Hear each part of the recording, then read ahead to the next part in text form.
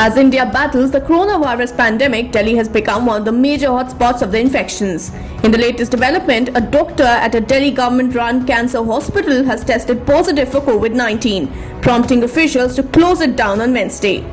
Delhi Health Minister Satyendra Jain said that a doctor working at Delhi State Cancer Institute has tested positive for COVID-19. She visited her brother's house recently, who returned from United Kingdom a few days back. The hospital has been shut and is being disinfected.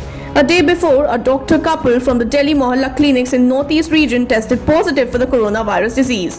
The 49-year-old doctor who worked in the Mohalla clinic in Mojpur was diagnosed on March 21st after being infected from a patient who returned from Saudi Arabia.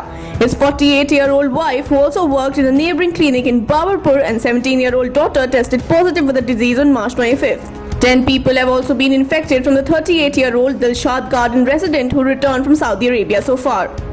The prayer gatherings organized by the Tablighi Jamaat, a global Islamic evangelical movement of Indian origin, at a 6-story building in South Delhi's Nizamuddin West area has become the super spreader of the virus across the country from Kashmir to Andamans. Over 250 foreign nationals have been kept in quarantine or isolation wards across the country. At least 20 of these foreigners have been tested positive in the last 10 days, including the 68-year-old Filipino who died at a Mumbai hospital on March 22nd.